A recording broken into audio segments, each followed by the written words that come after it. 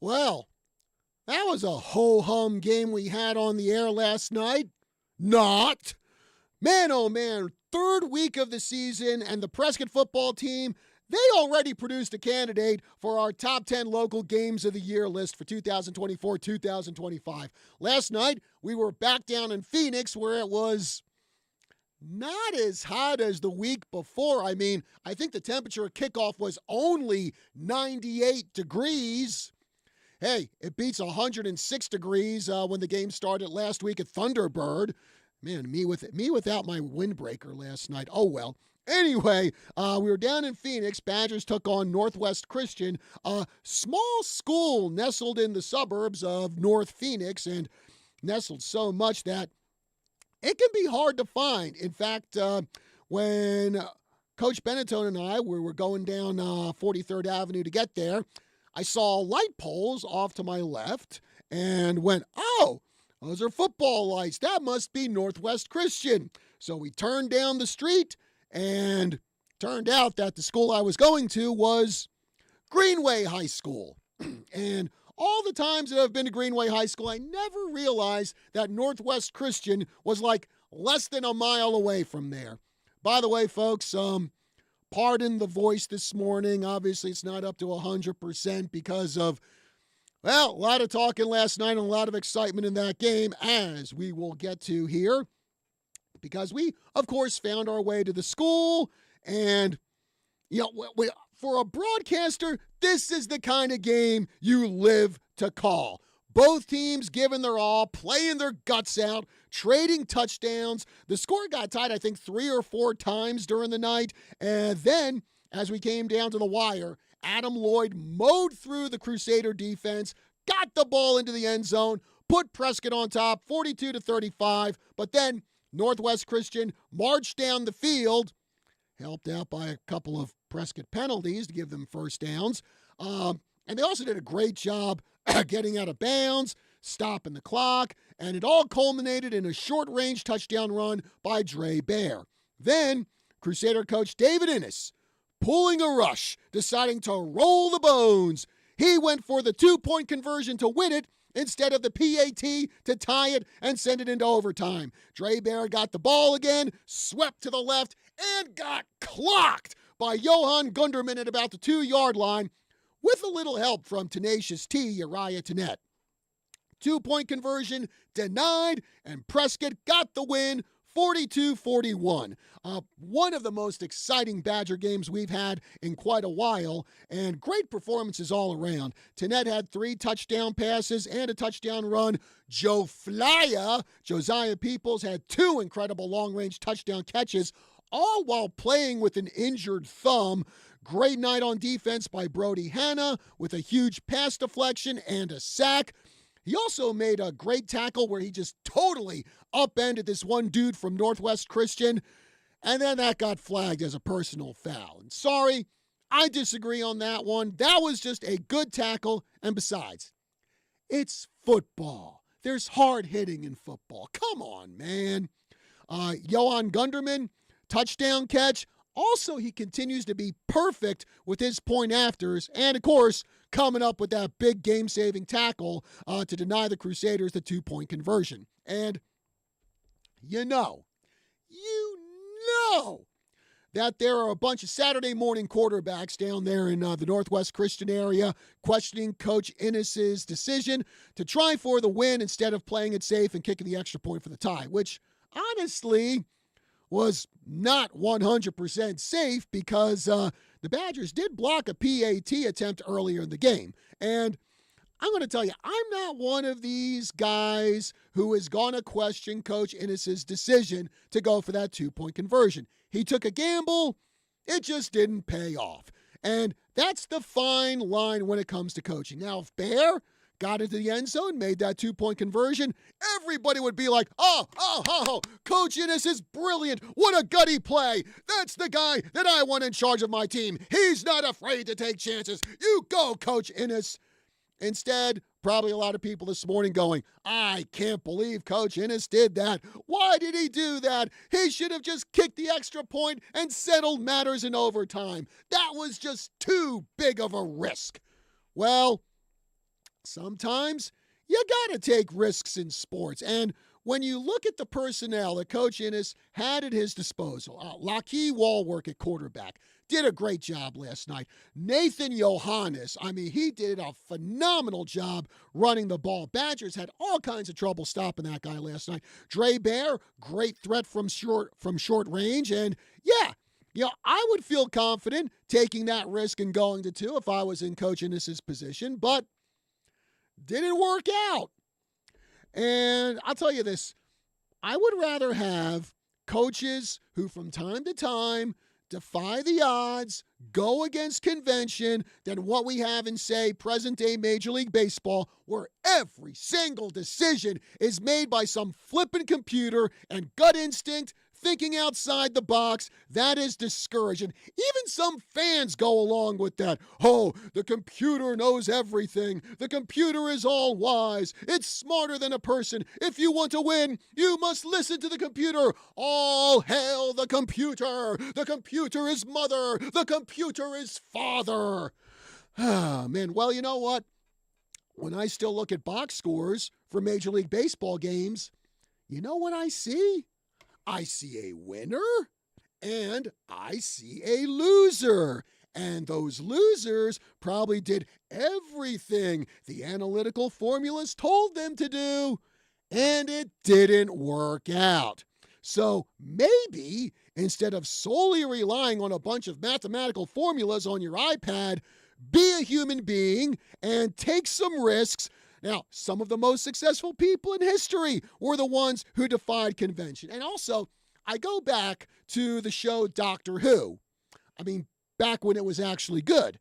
And I think it was Tom Baker's doctor who said, computers are educated idiots.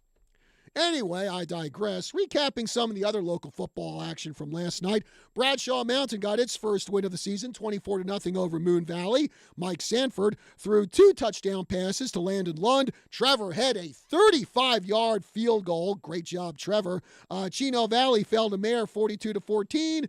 And also Mare, they lost to El Capitan 66-6. And actually, those are the first points of the season scored by the Wildcats. So there's your Friday football recap, 928-541-1016, number to call here on the Tri-City Sports Roundup. As we begin our slate of local Saturday talk, Tri-City Sports Roundup right now with yours truly, John Rust. Also, coming up at 9, we've got Healthline with Dr. David Hancock. 10 o'clock, it is Drive Time AZ. And then at 11, Eye on Prescott. So we've got this local area covered for everything. Coming up on the other side of the break, hey, we got ourselves a top 15 team in the studio right now. Joining us are members of the number 11 ranked Embry-Riddle women's soccer team. I've got their head coach, Todd Poitras. Also joining me is Tessa Updegraff and, someone who's been familiar with our Tri-City Sports Reports for years. You've heard her name a lot. Carrie Cassoon, who is also the sister of Cooper Cassoon from the Prescott football team. So we'll be talking to them on the other side of the break. We'll be back right after this.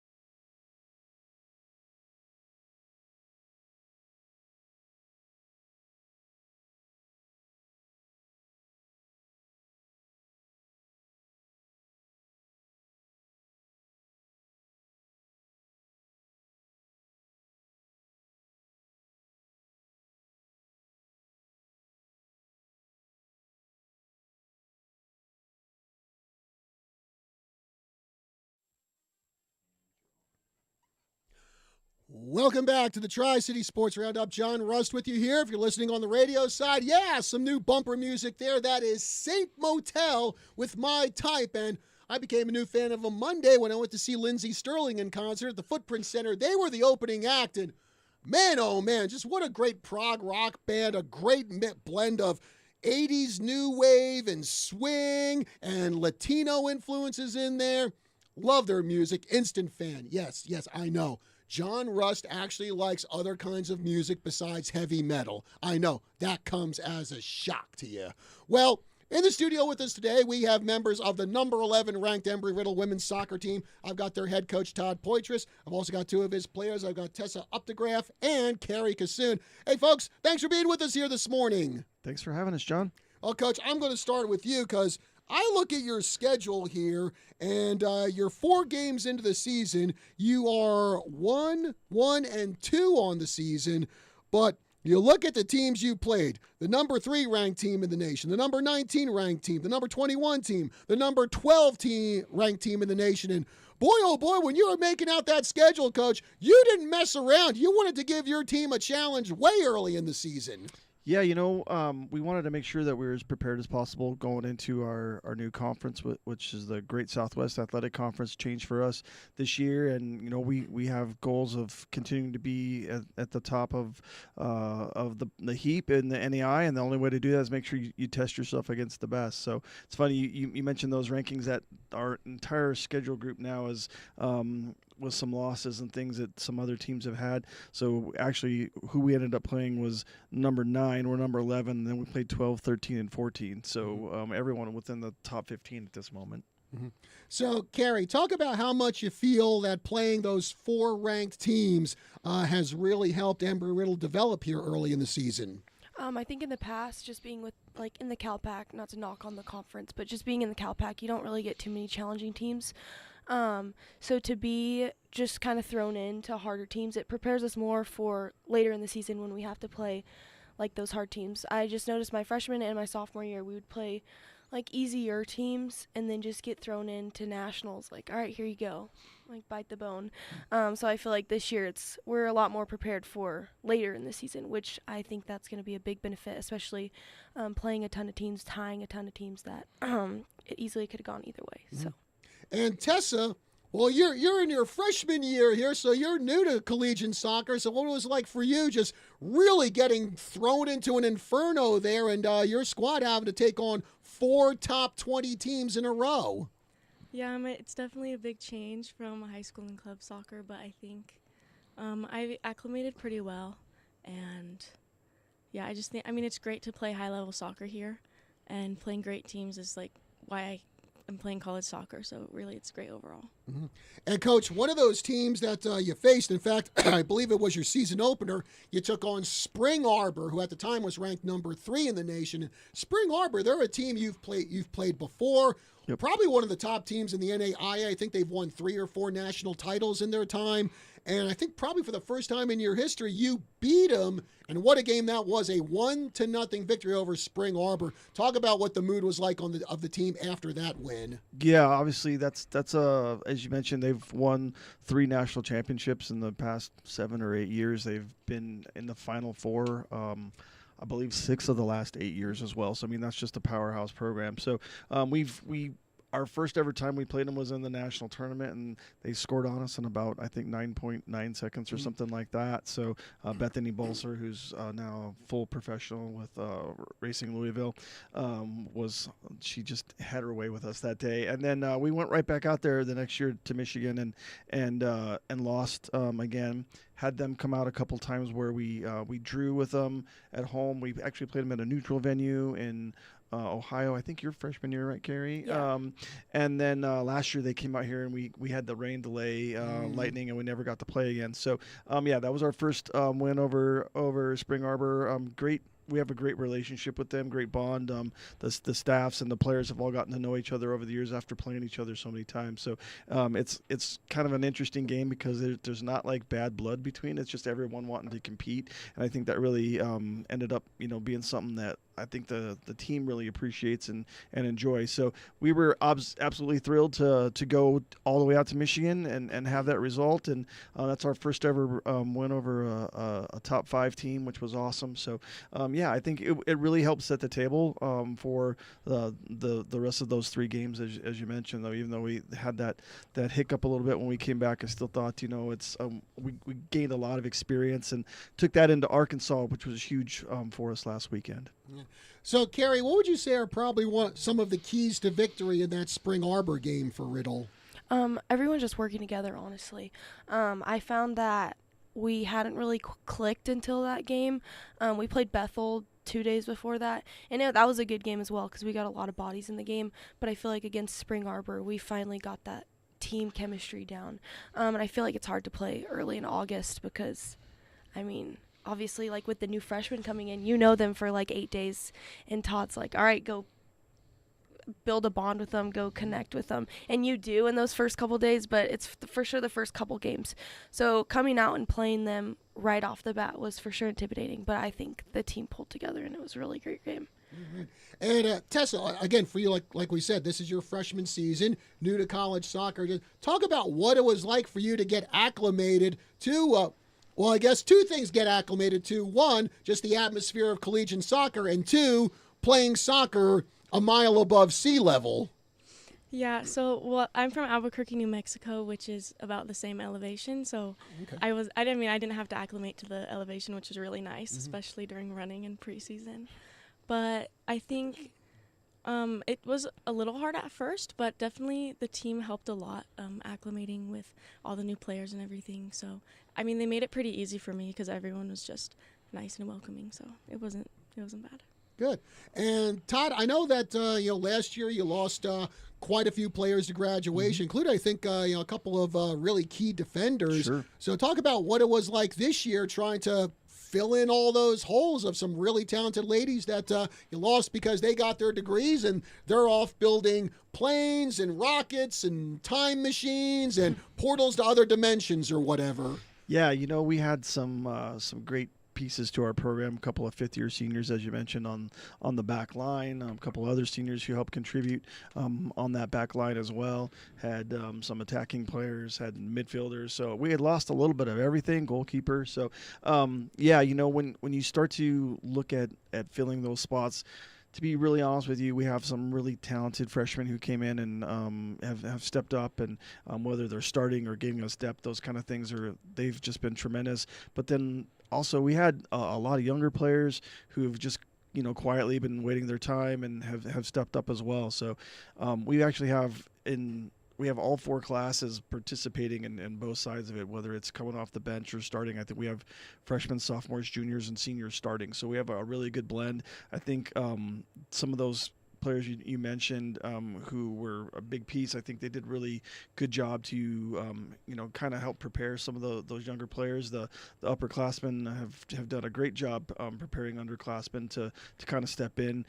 Give you a perfect example, Lauren Otto, who's a junior.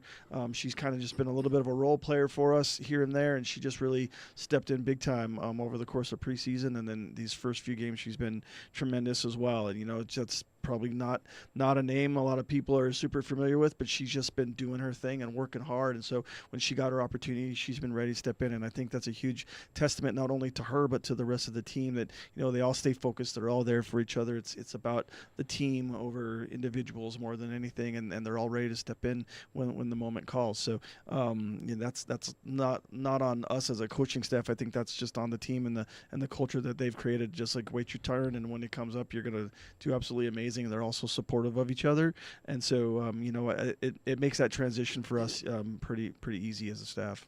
Okay, and again, you guys have spent most of your time out on the road. You're going to be on the road a little bit more, and you're going to be on the road for your first GSAC game, your first head-to-head GSAC game. Yep. That'll be coming up September 19th. You'll be in California taking on the Masters University. I'm sure probably everyone kind of getting amped up for that. Again, Embry-Riddle in the new conference in the first head-to-head GSAC matchup of the year.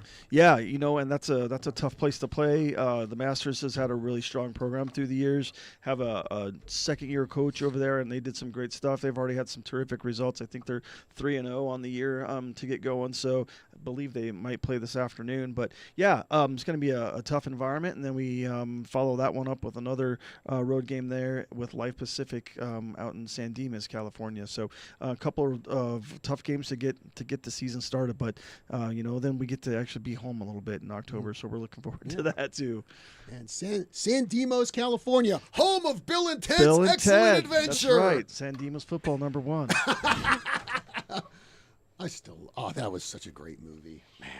Anyway, in the studio with me today, I have head coach Todd Poitras from the Embry-Riddle women's soccer team. He also brought two of his players with him, KYCA and Tessa Updegraff, and we're going to talk a little more with them on the other side of the break. But before we go to break, as always, it's time to see who's shined over the past 7 days as we present the Tri-City Sports Roundup 3 Stars of the Week. Starting with the ladies, our number 3 star is Tiona Drum of the Yavapai College volleyball team. The Banger notched 18 kills in the Lady Riders' 3-2 triumph over Glendale last Saturday. The number 2 star is Teodora Bulatovic of the Yavapai College volleyball team. She posted 41 assists in the Lady Riders' 3-2 triumph over Glendale last Saturday. And our number 1 star of the week is Livia McMains of the Chino Valley soccer team. She scored 5 goals in the Lady Cougars' 7-2 triumph over Winslow on Wednesday.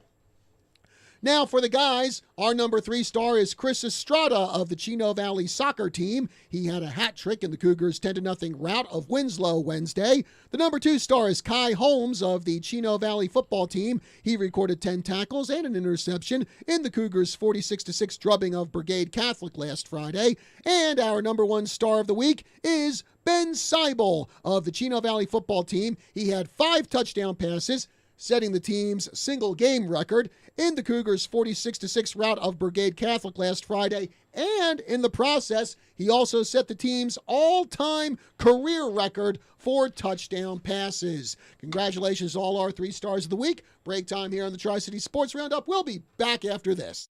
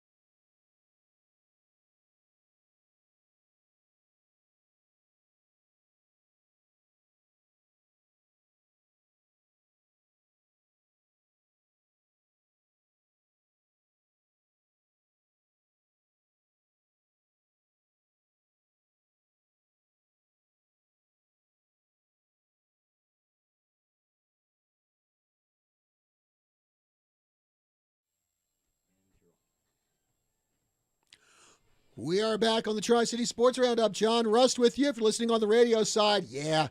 I had to throw in a Lindsey Sterling bumper here. That's her Round Table. That's her Round Table Revival. Great song. And yes, she played it at the concert Monday night in Phoenix.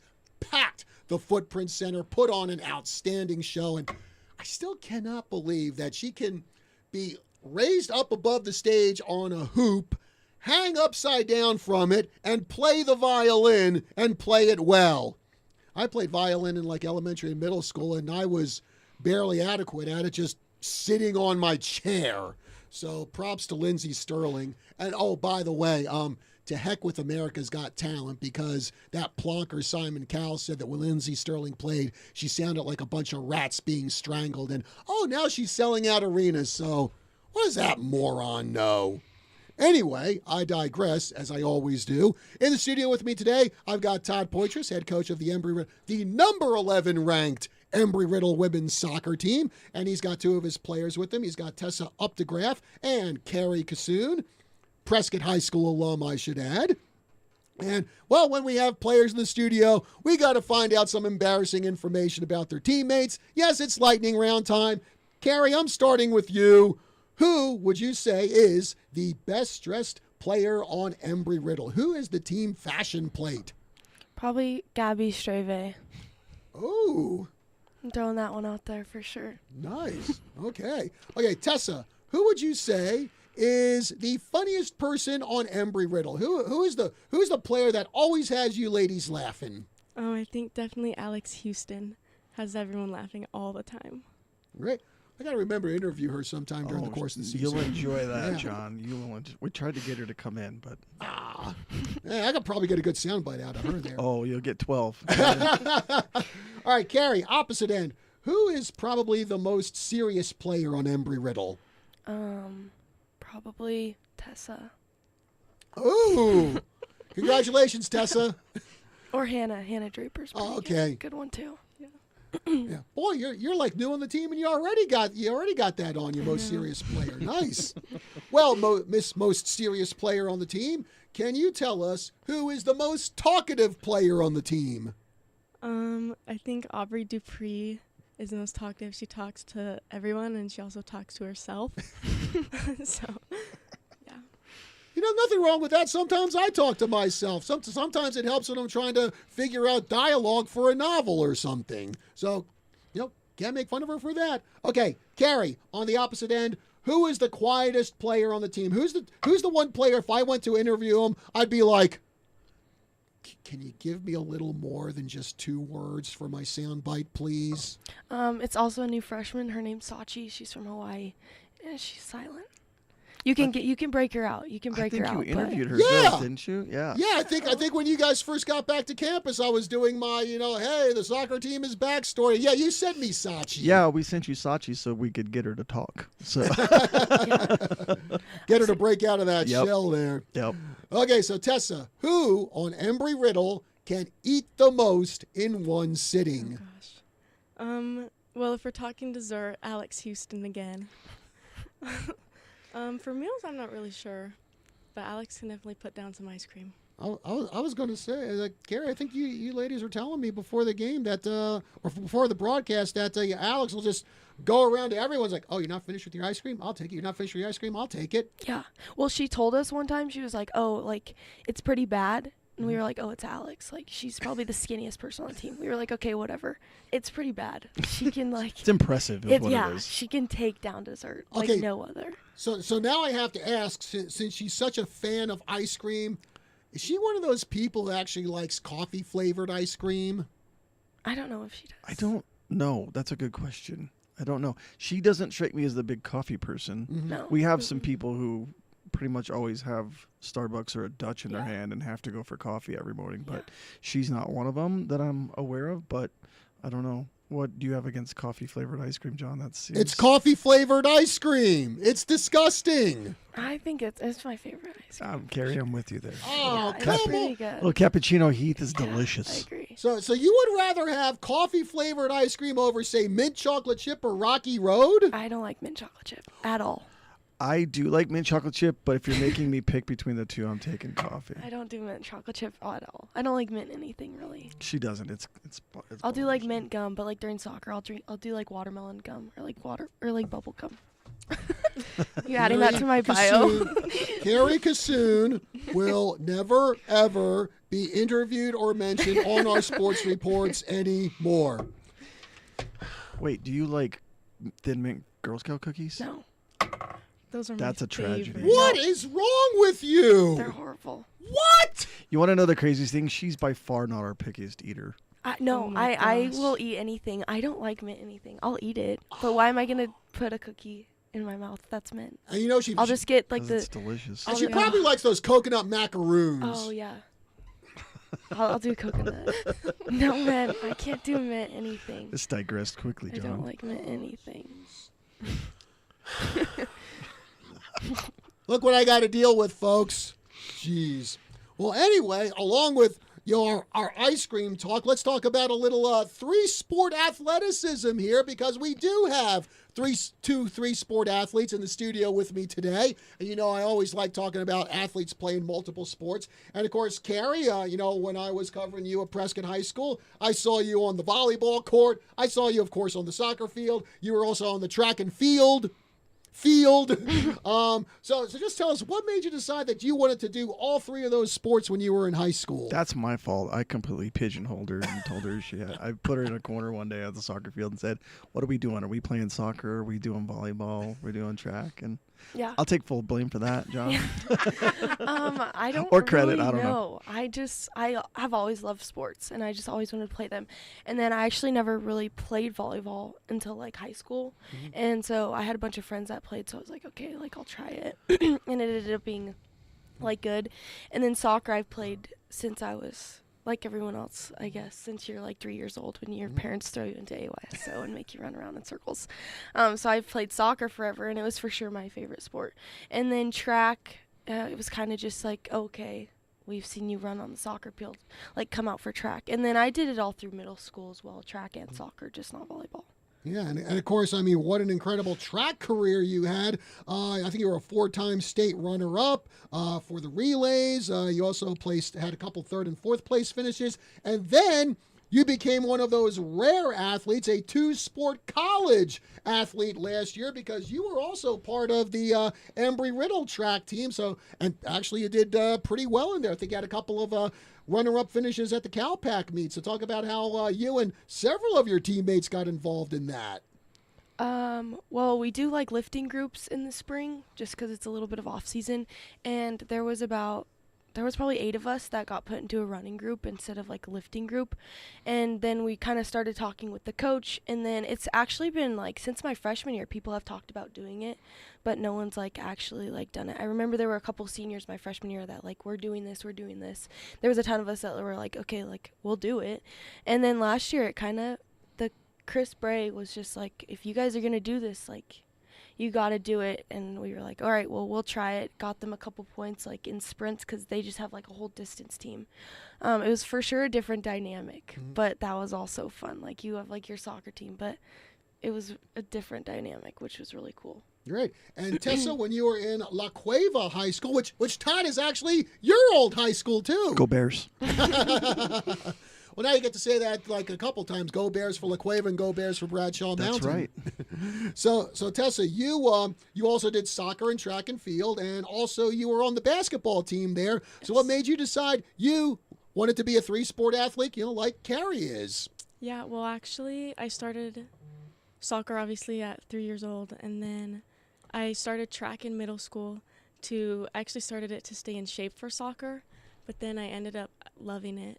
And so I continued that through high school, and then I played basketball, I think, since 2nd grade, and I met some of my best friends in basketball, so I just kept playing it through high school because I wanted to be with them.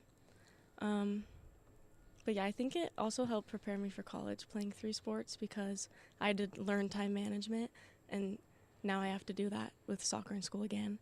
So it definitely helped with that. And what a phenomenal track and field career you had. You were actually a state champ in the 4x4 relay. And in fact, I believe La Cueva, they were also overall team state champions for 1 year, and I think a runner-up in a couple of years. We'll talk about your state championship in that 4x4. Yeah, so it was actually us and then 2 other schools. We all were very close in points at the end, so we knew it was going to come down to the 4x4 relay. But we had 4 girls who we'd been running it all year. And we won that race by 0.05 seconds. I was the anchor leg of that 4x4. Yeah, it was like, there's a picture of it actually. I'm like barely leaning over the line before the other girl. But yeah, so we won that race, and then we won the state championship, which is my only high school state championship. So it was really great to experience that. And Todd, I know, from doing the women's soccer games over to Embry Riddle, did the play-by-play for that. I got my game notes. I see what these girls have done in high school, and you have plenty of multi-sport athletes from high school on your team. How much does that factor in your recruiting process? I know there are coaches that they frown on having recruits who are doing other sports and things like that. I've personally, there's coaches who will frown on high school soccer in general. I personally completely embrace it and love it. I think there's so much burnout that you see with athletes, especially when they get to college. They've been playing their sport for so long, those kind of things. And I think when you have multiple sport athletes, they're able to kind of express themselves in different ways, albeit, still in the athletic venue. Obviously, I actually went and watched Carrie play, I think, as much volleyball as I did soccer. Number of reasons. My daughter was a volleyball player as well, and then she had one of her best friends was one of Carrie's teammates, so I feel like I was at Badger volleyball games as much as I was Bears, but yeah, I think you can see a lot from athletes in other venues. I actually watched a lot of Tessa's basketball games on the NFHS streams and things like that. So you can. Being a good teammate is the same regardless of what sort of sport you're on, and for us that's a huge part, right? We want to find people who are good teammates and who have high character and high integrity, because that's the soccer piece is the soccer piece, but all those other things are the parts that are going to make them successful or struggle. So I encourage it, and I love to be able to see our athletes or recruits in other venues, whether it's track or field or volleyball or basketball or whatever the case may be. So. Okay. And well, Tessa, I got to bring this up. You come from a pretty athletic family because your father actually played football for Princeton University, which is about 10 minutes away from where I grew up in Hamilton Township, New Jersey. Yeah, my grandfather did. Oh, grandfather did. Sorry about that. Yeah. Yeah. So what did he ever tell you stories about his glory days on the gridiron there at Princeton? Not really. I think he was injured quite a bit, but yeah, he did go and play at Princeton, which I think is really cool. He kind of downplays it a lot, but I think it's really cool. Yeah. And you know what? Princeton, they had one of the, I don't know if it's still there, but they had one of the best going back to ice cream again, but they had one of the best ice cream places ever, Thomas's Sweets, where they did the mix-ins, and it was so good. Every time I went to Princeton, I always had to go to Thomas's Sweets. Well, we love our ice cream on our team, so we've been to about 6 different places, I think, already this season. So we went to a place called Red Egg Creamery in Jackson and Spring Arbor, Michigan. It was fantastic. So Yeah, that was good. we've been to Brahms, we've been to Dairy Queen. We pretty much every travel trip we go on, we'll pick one ice cream spot and be there all the time. It's like a team choice. We go to Cold Stone a ton.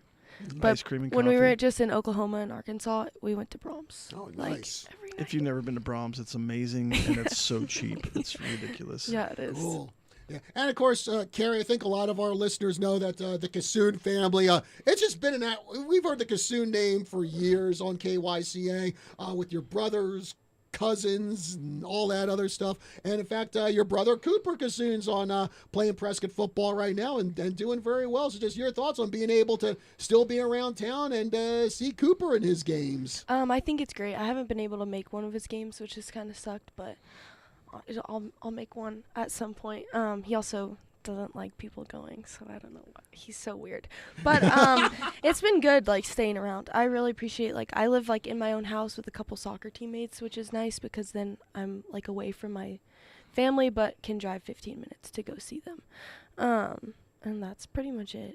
It's good to stay around. It can get hard sometimes having the last name. Well, Carrie, you do know that if you can't make his games, you can listen to them or watch them here on KYCA. Yes, I know. I know. I do see that. I see that on your Facebook all the time. You always tag me and my mom, and I'm like, oh, okay, I got to watch whatever this is. Yeah, especially that season opener when Cooper snagged the 2 fumble recoveries in like the span of a minute. Yep. Yeah, I heard a lot about that. Oh, so I'm sure you did. I'm sure I didn't have to watch it. All right. Well, hey, folks, unfortunately, we're coming up to the end of our show here, so I want to thank Coach Poitras and Tessa Updegraff and Carrie Kassoon for joining us here on Tri-City Sports Roundup. And if you want to get out there and check out the Embry-Riddle women's soccer team, you'll have a couple opportunities coming up here toward the end of the month. This one could be a good one. September 25th, that's a Wednesday night. Number 11, Embry-Riddle will be taking on number 22, Ottawa University. That ought to be a good one. And then on September 28th, Riddle at home against Arizona Christian University. So definitely get out there, check out Embry-Riddle women's soccer, because, again, we got ourselves a really good women's soccer team here over at Embry-Riddle. Definitely deserving of a lot more attention and everything. Coach, ladies, I want to thank you very much for joining us here on the show, and best of luck in your season. Best of luck as new members of the GSAC. Thanks, John. Thank you. All right, folks. Well, don't forget, coming up next week, next Friday, we are finally back at home for Prescott football. They'll be taking on Vista Grande. That'll be a 6:45 p.m. pregame show start, and then kickoff at 7 o'clock. And finally out of the Phoenix Heat. In fact, we don't even leave Yavapai County we only leave Yavapai County one time for the rest of the regular season for football. So that's going to be nice. Anyway, folks, thank you very much for joining us here on Tri-City Sports Roundup. Healthline with Dr. David Hancock up next, and we will see you again next week. Have yourselves a good one.